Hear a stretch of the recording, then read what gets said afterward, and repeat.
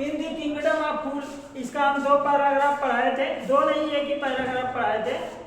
और दूसरा पैराग्राफ है इस इनके नगर में 2 लोग आते हैं, गुरु चेला घूमते घूमते आते हैं और वो लोग घुसते हैं तो देखते हैं जो है पूरा अंधेरा हुआ पड़ा है, सॉरी दिन में कोई दिखाई नहीं दे रहा है, रात जैसा सन्नाटा पसरा हुआ है। शांत रहो तुम लोग। द 2 men were hungry, इधर आप बैठ जाओ। द 2 men were hungry, दोनों व्यक्ति भूखे थे। Now that the shops were open, अब दुकानें भी खुल चुकी थी। They went to buy some grocery, वे कुछ जो है सामान खरीदने जाते हैं, खाने पीने का सामान। To their astonishment, they found that everything's cost was same. जब वो बाजार में कुछ सामान खरीदने जाते हैं तो उन्हें पता चलता है कि सारी सामानों का मूल्य एक समान है और उन्हें बड़ा आश्चर्य होता है इस चीज पर, ये सिस्टम को देखकर। और ए सिंगल लड्डू, माने सभी वस्तुओं की कीमत एक सिंगल लड्डू थी। सिंगल लड्डू जैसे 1 रुपया, एक माने पैसे का एक करेंसी मानक था। जैसे हमें कई देशों में डॉलर, किसी देश में रुपया चलता, उसी तरह एक लड्डू था वहाँ का। Whether they want a measure of rice और bunch of bananas, it cost laddu. चाहे वे कुछ भी खरीदें या चाहे चावल खरीदे या एक केले का गुच्छा खरीदे, सबकी कीमत सेम थी, बराबर थी, एक लड्डू कीमत थी। The guru and his disciple were delighted, guru और उसके शिष्य बहुत प्रसन्न हुए। गुरु और उसके शिष्य बहुत प्रसन्न हुए, बहुत खुश होते हैं वे लोग। और क्या कहते हैं? They had never heard of anything like this.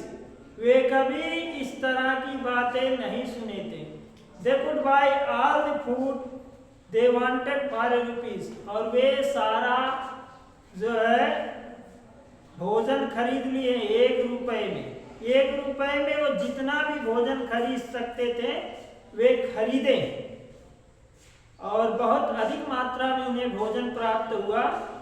उस राज्य का एक नियम था कि 1 ही रुपए में आपको सब सामान मिल जा रही थी। चाहे आप सब्जी खरीद लो तब भी, सोना खरीद लो तब भी, केला खरीद लो तब भी, चावल खरीद लो तब भी, सबकी कीमत सेम थी। तो नगरी थी, पहले हिंदी में कहानी थी, अंधेर नगरी चौपट राजा, टके से भाजी टके से खाजा। तो वही था ये सिस्टम, सब चीजों का कीमत सेम थी, बराबर थी। When they had cooked and eaten, जब वे लोग खाना बना लिए और खा लिए, the Guru realized that it was a kingdom of fools and it would not be a good idea for them to stay there. तो गुरु को उस समय महसूस होता है कि ये क्या है, मूर्खों की नगरी है जहां हम लोग आ गए हैं। हम लोग मूर्खों की नगरी में पहुंच गए हैं, मूर्खों की नगरी में आ गए हैं। It would not be a good idea for them to stay there. और यहाँ रुकना उनके लिए एक अच्छा विचार नहीं है। This is no place for us. यह स्थान उनके लिए नहीं है। Let's go, चलो चलते हैं। He said to his disciple. उसने अपने शिष्य से कहा कि हम लोग मूर्खों की नगरी में आ गए। ये जो नगरी है मूर्खों की नगरी है और हम लोग यहाँ नहीं रुकेंगे, चलो चलते हैं। उसने अपने गुरु से कहा। But the disciple did not want to leave the place. लेकिन जो उसका शिष्य था, माने गुरु का जो शिष्य था, वो इस स्थान को नहीं छोड़ना चाहता था। वो सोच रहा था कि यहाँ हर चीज सस्ते में मिल रही है, 1 रुपए में भोजन भी मिल रहा है, केला भी मिल रहा है, सेब भी मिल रहा है, सोना सब कुछ मिल रहा है 1 रुपए में। तो इसलिए उस स्थान को नहीं छोड़ना चाहा। Everything was cheap here. उसे हर वस्तु वहां पर सस्ती लग रही थी। All he wanted was a good cheap food, जबकि खाना भी उसे बहुत सस्ता में मिल रहा था, सब सस्ते खाने मिल रहे थे उसको। तो गुरु से, गुरु ने कहा दे आर ऑल फूल, यहाँ के जो निवासी हैं सब लोग क्या है, मूर्ख हैं।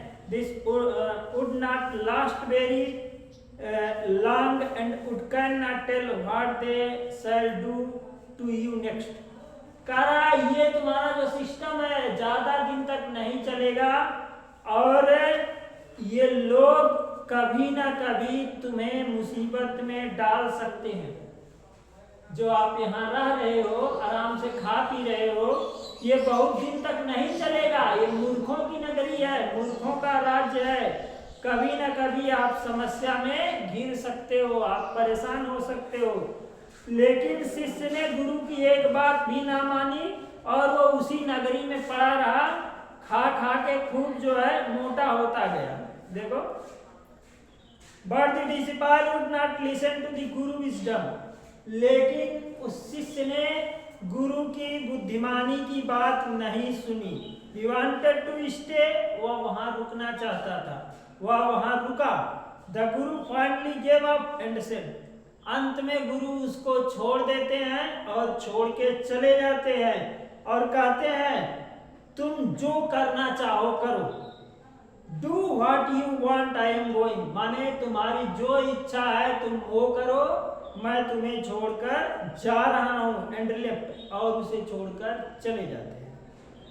The disciple stay on at his fill every day, वो शिष्य वहां रुका और खूब खाता था, माने बहुत कुछ खाता था। Banana and ghee and rice and wheat, माने केला खाता था, घी खाता था, और क्या चावल खाता था, गेहूं खाता था। And grew fat like a street side sacred bull, और खाते खाते वो गली के सांड की तरह मोटा हो गया। माने सुनो, उसको क्या था कि हर चीज सस्ते में मिल रही थी, सब कुछ फ्री में मिल रहा था। तो नहीं कहते फ्री में अगर आप हर चीज की कीमत देनी पड़ती है, एक वाजिब कीमत नहीं थी वहां पर, सब चीज 1 रुपए में ही मिल रही थी। तो चावल खाता था, जो है केला खाता था, देसी घी खाता था, सब कुछ खाते खाते सांड जैसा मोटा हो गया। हाँ भाई, बहुत मोटा हो गया। इसमें क्या होता है, जब ये ज्यादा मोटा हो जाता है तो आराम से वहां रहता है, इसको काम करना नहीं था, खा खा के खूब मोटा होना था ना। अच्छा, तो अब धीरे धीरे जरूरत से ज्यादा मोटा हो जाता है। देखो, कहते हैं ना कि वो मूर्खों का शहर था, मूर्खों की नगरी थी। वहां क्या होता है कि सब के सब मूर्ख बसते हैं। मूर्ख इसलिए बसते हैं, वो लोग दिन को रात कहते हैं और रात को दिन कहते हैं। मूर्ख थे सब, बेवकूफ थे। वहां का राजा भी बेवकूफ था। तो जब ये खूब मोटा हो गया खा खा के, गुरु इसको छोड़ के चला ही गया था। गुरु जान रहा था। देखो एक बात बताएं, इसमें जैसे मूर्खों को आप कोई चीज समझाओगे तो तब तक समझ में नहीं आएगी जब तक उनके ऊपर खुद नहीं बीतेगी, है ना। गुरु इसको बहुत अच्छी बात बताया अपने शिष्य को कि ये मूर्खों की नगरी है, यहाँ से चलो, अदरवाइज आप किसी दिन बड़ी मुसीबत में फंस सकते हो। लेकिन नहीं, ये नहीं माने और वहीं पर रहे, खा खा के खूब मोटे होते चले गए।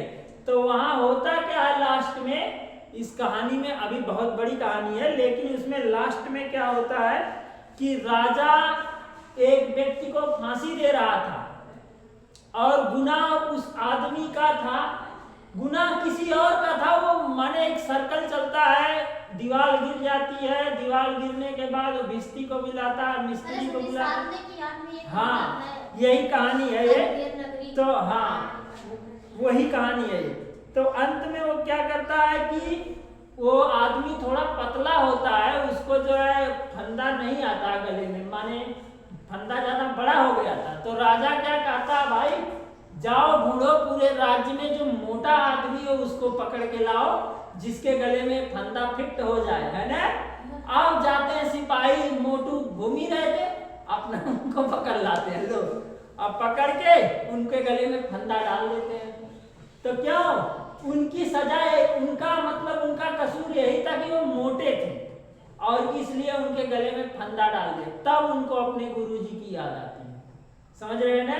मुसीबत में उनको अपने गुरु की याद आती है। एक बात कबीरदास जी लिखे हैं कि मुसीबत में ही ईश्वर को लोग याद करते हैं ना।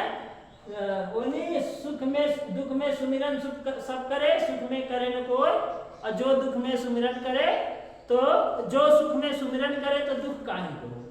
माने जब इनको मुसीबत पड़ी थे गुरुजी को याद किए, गुरुजी आइए हमारे प्राण बचाइए, तो गुरुजी आते हैं, फिर टेक्निक लगाते हैं, अपना दिमाग लगाते हैं, राजा मंत्री ही लास्ट में फांसी पर चढ़ जाते हैं।